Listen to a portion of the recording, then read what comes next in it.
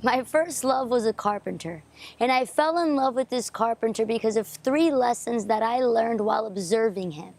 Now, he's a simple man, but one of the greatest. Lesson number 1, love with actions, not merely with words.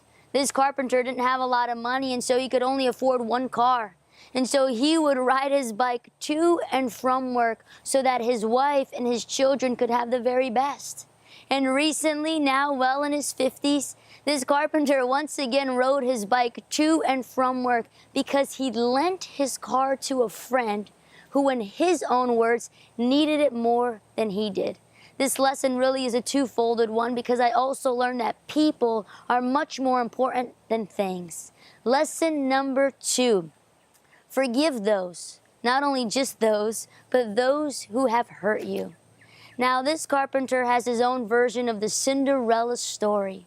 His father married multiple times, and often these women weren't the nicest women.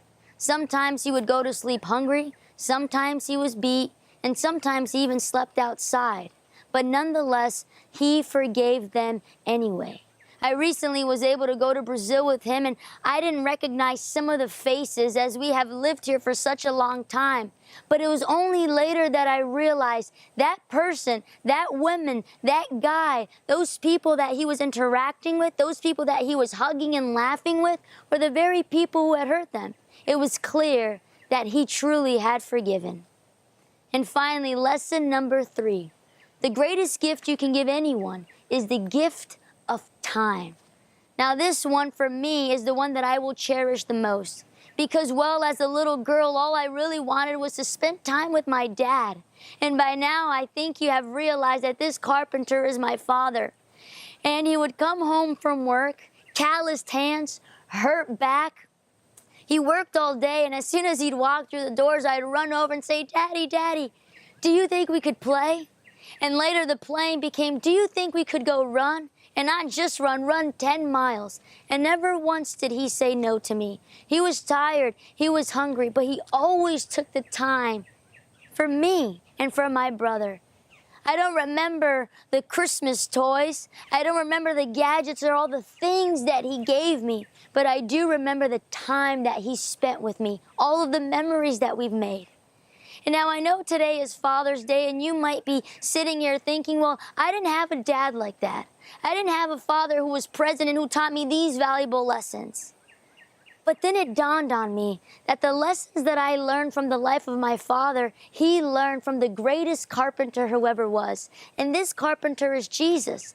Jesus is the one who left heaven to come, to not be served, but to serve. He was the one that was willing on his hands and knees to wash the feet of the disciples. He was the one who loved in actions, not merely in words. Lesson number 2, Jesus was the one who taught us to forgive those who hurt us, to forgive our very enemies, because on the cross, he said, "Father, forgive them, for they know not what they do." And Jesus came to dwell in the midst of sinners like me and like you. So on this Father's Day, I want to wish all the dads a happy Father's Day.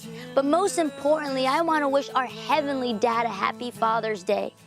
And for you there who might be suffering and hurting, let me tell you something.